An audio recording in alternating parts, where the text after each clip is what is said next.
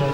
हमने भी निवेदन किया था गुरुदेव, एक बार आप मंदिर के लिए बहुत इच्छा थी, बहुत दिन से सोच करके रखा था कि एक बार मंदिर लाना है। और महापुरुष देव हमने सोचा था 8 दिन पहले सोचा था मंदिर लाना है, मंदिर लाना है, यहाँ से वहाँ तक फूल बिछाना है, गैलरी बनाना है, मंदिर के वहाँ तक लोगों को खड़े करना, अगल बगल भव्य स्वागत करना है, अच्छी भीड़ इकट्ठी करना है, ये सब दिमाग में चल रहा था। कहा हमने कहा ऐसा ऐसा हम करेंगे।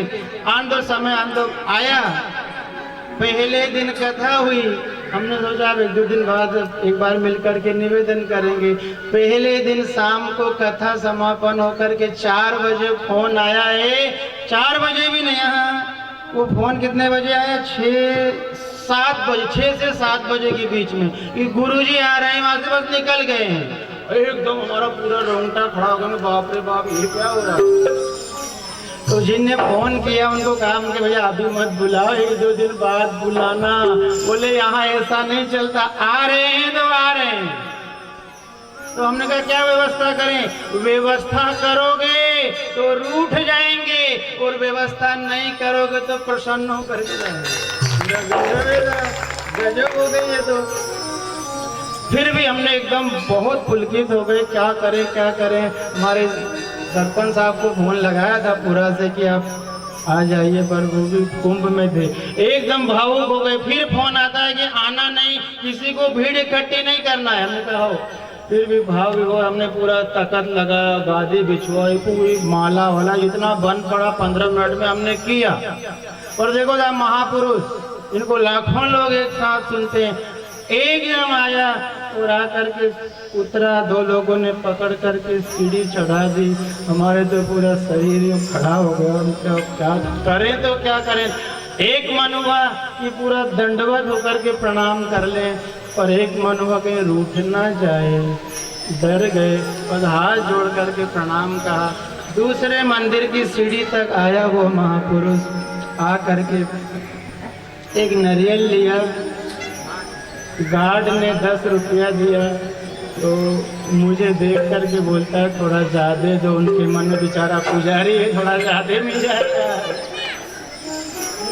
तो गार्ड कंजूस था, फिर उसने 50 रुपये दिए, तो 50-10 दोनों रख करके मंदिर की सीढ़ी पर रखा। हमने निवेदन किया गुरुदेव थोड़ी देर यहाँ बैठ जाओ, थोड़ी देर नहीं, हम आरती लेकर के आए। हमने कहा ये आरती कर लो। तो बोले क्या जरूरी है क्या। हमने कहा हाँ बहुत जरूरी है। तो आरती पकड़ के आरती उतार दी, अब जाएं। हमने कहा नहीं, थोड़ी देर इस पे बैठ जाओ, इस तख्त पे बैठ जाओ। तख्त की तरफ नजर देखी, पूरी गादी बिछी हुई थी, व्यवस्था थी। तो हम तो पूरे रोंगटे खड़े हो गए। गादी की क्या जरूरत मंदिर पे, उसी सीढ़ी पर, सामने वाली सीढ़ी पर जाकर के बैठे। हमने कहा गुरुदेव गादी पे बैठो।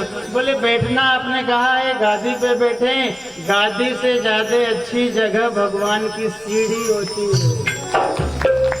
गादी से ज्यादा अच्छी जगह भगवान की सीढ़ी होती है, और सौभाग्यशाली व्यक्ति वही होता है जो गादी छोड़ करके सीढ़ी पे बैठता है।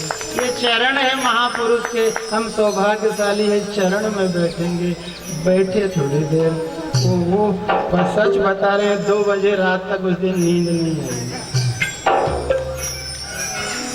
इतना बड़ा होकर के, फोटो से दूर, मोबाइल से दूर, टीवी से दूर, अपने प्रचार प्रसार से दूर, भारत का पहला महात्मा है जिनके पर्चे भी लगते हैं तो पर्चे तक में फोटो नहीं होती है। वो त्यागी पुरुष शिव ने मालवा की पूरी धारा को जगा कर। आइए भाव और प्रेम से कथा चल रही है। मकान बड़ा हो गया, बिस्तर बड़ा हो गया भाई बहनों, बिस्तर तो बड़ा हो गया, पर धीरे धीरे करके नींद विदा हो गई। कई ऐसी शिकायत मिलती है जिनको नींद नहीं आ रही है। इनकी क्या हो, अब सोते हैं ये धड़ पलटे, ये धड़ पलटे, ये धड़ पलटे, चिंता दिमाग में रहती है, वो चिंता के कारण नींद नहीं आती। तब लगा कि बिस्तर महत्वपूर्ण नहीं है, नींद महत्वपूर्ण है। उस क्षेत्र में गए, हमने कहा आपके यहाँ क्या हालचाल है? उन्होंने कहा दिन में क्या खाते हो? उन्होंने कहा मक्का की रोटी बड़ी बड़ी खाते हैं, उसमें चटनी घस करके खा लेते हैं। फिर रात का क्या हालचाल है? पढ़े कि गए? अब लगा भाग्यशाली। भाई बहनों ध्यान रखना, आज के समय में मकान बड़ा हो गया, मकान बड़ा हो गया, पर सुख चैन विदा हो गई। मकान बड़ा हो, घर में 4 सदस्य 6 सदस्य आपस में लड़ू लड़ू लड़ू लड़ू, कोई किसी की नहीं। कई लोग शिकायत कर गए थे, बाबा जी हमारे घर में शांति नहीं है, हमारे घर में सब लोग लड़ू लड़ू लड़ू लड़ू करते हैं, सब लोग झगड़ा विवाद करते हैं। एक बात और आपसे कह करके आगे सब शांति से सुनना, बात आ गई है तो सब ध्यान कर।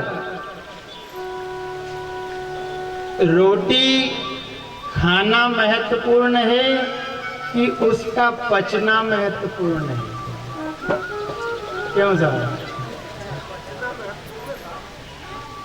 खाना महत्वपूर्ण है कि पचना महत्वपूर्ण है? हे प्रभु, एक कैसा तेरा न्याय है, जब पाचन क्रिया अच्छी थी तब खाना नहीं था, अब खाने का भंडार भर गया तो पाचन क्रिया पूरी खराब हो गई। इसलिए बहुत भाव और प्रेम से आज भी लड़देव बाबा की हम चतुर्थ दिवस की पावन कथा में प्रवेश कर रहे हैं।